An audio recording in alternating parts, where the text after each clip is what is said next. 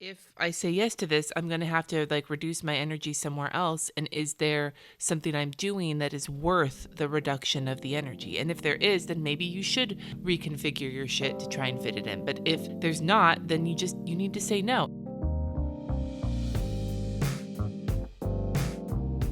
Good morning. It is Thursday, April 11th. It is day 11 of Plan As You Go, where I show how I use my Erin Condren horizontal, my power sheets, and my bullet journal in tandem for an entire month. I don't have a lot of time to film today. I have a phone call and a podcast interview in quick succession, and so I'm just going to move quickly. I have one question I'm going to answer today because there may be more, but it's one that was actually submitted to me by one of my patrons in my patron group, and I'm going to go with that one today, and I'll answer more tomorrow when I have a little bit more breathing room. So let's get into my power sheets to begin with. Well, that's all I got done off of there. Just those couple of things I've been handling in the mornings. I was actually feeling better yesterday. Not great, but better than I have been. I got some more done. I still didn't get everything done, but moving forward. I'm not anticipating getting a shit ton for my power sheets done today because I have several, you're going to see I have several appointments and so on and so forth today. So far today I have a phone call, I have an interview, I have a patron Facebook Live, I need to meal plan, and my husband needs to set the projector up, and I need to go with him so I can let him into the building because I have a building code and he doesn't. Because I'm special. Actually, it's because I'm chair of the Social Justice Committee. Anyway, he probably should have one since he's like the webmaster and does a lot of the tech work, but whatever, that's neither here nor there. I did film this yesterday, and I did get a few things done, but I do need to run my own laundry, and I need to continue to gather up receipts. I did a lot of that yesterday, but it's way more stuff than it's a lot of shit. I have a lot of receipts to gather up. Let's just put it that way.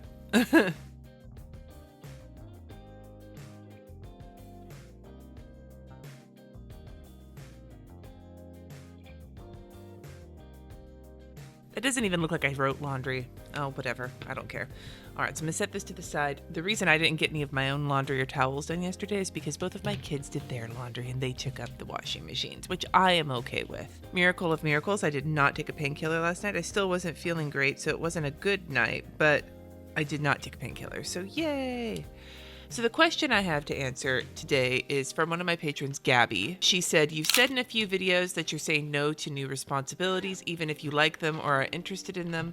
I'm having serious problems with spreading myself too thin. Do you have any tips for getting better at not taking on new things, even if they're cool and you want to, but you literally do not have the time?" And today's SpongeBob doodle is Mermaid Man. I'm actually not doing great at saying no to new things. Now, to be fair, some of the things I've said yes to recently have been really cool, but there have also been things that I really should have been saying yes to. When it comes to new volunteer responsibilities, those I have been saying no to, even if they're ones that I would prefer to be doing myself. So that's the best experience I have. Part of the reason I've been able to do it at least somewhat okay is that my husband has been basically on my ass. Not like that, you pervs. He's been on my ass to not say yes to things, and if he catches me when I'm about to say yes, he'll give me a look like, "What the fuck are you doing, dude?" Not because he wants to control me, he doesn't, but he also knows that I have a tendency to say yes to things before even stopping to think about whether or not it was a good idea to say yes to them in the first place. I have a lot of trouble with that.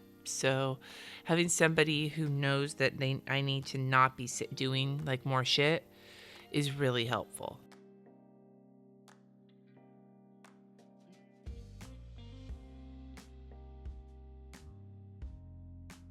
So I guess that would be my first tip, find someone, whether it's a spouse, whether it's someone else who can help you when you need someone to remind you not to say yes to things. But if that's not possible or practical for you, the reminder that when you're saying this, it's kind of a trite statement, but it's a true statement. When you're saying yes to something, you're saying no to something else. So think about the things you're already doing that really matter to you, whether it's spending time with your family or time with yourself or other projects that you're really committed to, and keep those in the front of your mind when something new that's awesome but that you just don't have the time for comes up. And remember, if I say yes to this, I'm going to have to reduce my energy somewhere else, and is there something I'm doing that is worth the reduction of the energy? And if there is, then maybe you should reconfigure your shit to try and fit it in. But if there's not, then you need to say no. And no can be no for good, or you can say like, this isn't the right time, but please check back in with me later, because you never know. That may actually work too when you have a little bit more time. So a lot less absolutes in this world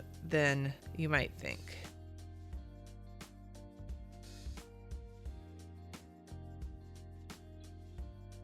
All right, there's my mermaid man. Kind of got covered up a little bit by Squidward, but that's okay. These are my best tips for you to try and remember the things that you're already prioritizing. Like, as an example for me, if I take on another project, that means I either need to drop one of the projects I currently have, or I need to reduce the amount of time I'm spending with my kids and my husband, and that's already limited. Unless there's a project I think I can drop, there's really no space. So that's a good reminder. It takes practice to keep reminding yourself of that, because I am somebody who says yes without thinking. I'm like, yep. And then I'm like, oh, balls, why did I say yes? It takes practice to slow down when somebody offers you something or like asks you to do something. It takes practice to slow down and not just automatically say yes to it, but to stop and think about it. So even if saying no right off the bat is hard for you, say, let me think about it, then actually think about it, then come back and be strong enough to say no if you need to. Those are my best tips. I hope they help, Gabby. Today's lettering is spiny lump sucker. That sounds gross. Today's my mom's birthday. If she was alive, she would be, God, how old would she be? 58, baby? Oh my, I can't even imagine her. My mom passed away when she was 45, so I can't imagine her at that age, but she would have thought spiny lump sucker was hilarious.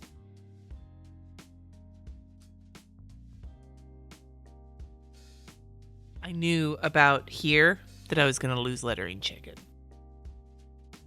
As you can see, I got most of this done, but not all of it.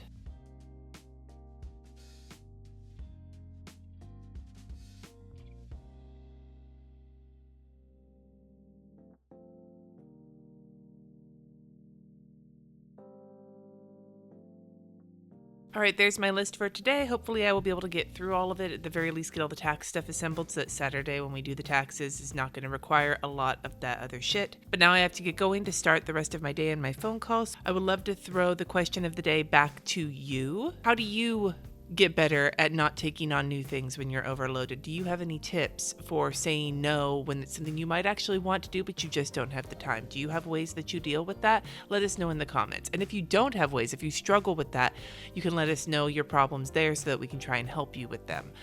If you have any questions for me for an upcoming video, make sure to use the word question so I can find it, so I can search for it. But until next time, you guys, thank you so much for watching. Subscribe if you haven't already, and I will see you in tomorrow's Plan As You Go video.